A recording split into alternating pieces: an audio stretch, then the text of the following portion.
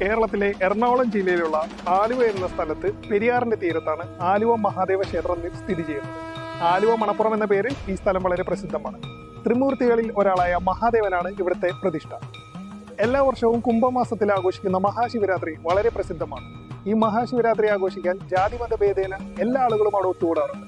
മഹാശിവരാത്രിയിൽ മരിച്ച ആത്മാക്കൾക്ക് ബലി അർപ്പിച്ചാൽ മോക്ഷം ലഭിക്കുമെന്നുള്ള വിശ്വാസമാണ് ഭക്തജനങ്ങളെ ഇവിടേക്ക് കൂടുതൽ ആഘോഷിക്കുന്നത്.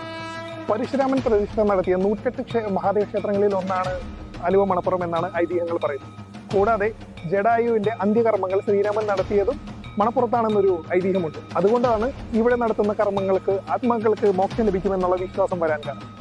എല്ലാ വർഷവും ഫെബ്രുവരി മാർച്ച് മാസങ്ങളിലാണ് മഹാശിവരാത്രി ആഘോഷിക്കുന്നത്. ഈ വർഷവും അതിന്റെ ആഘോഷങ്ങൾ തുടങ്ങിക്കഴിഞ്ഞു.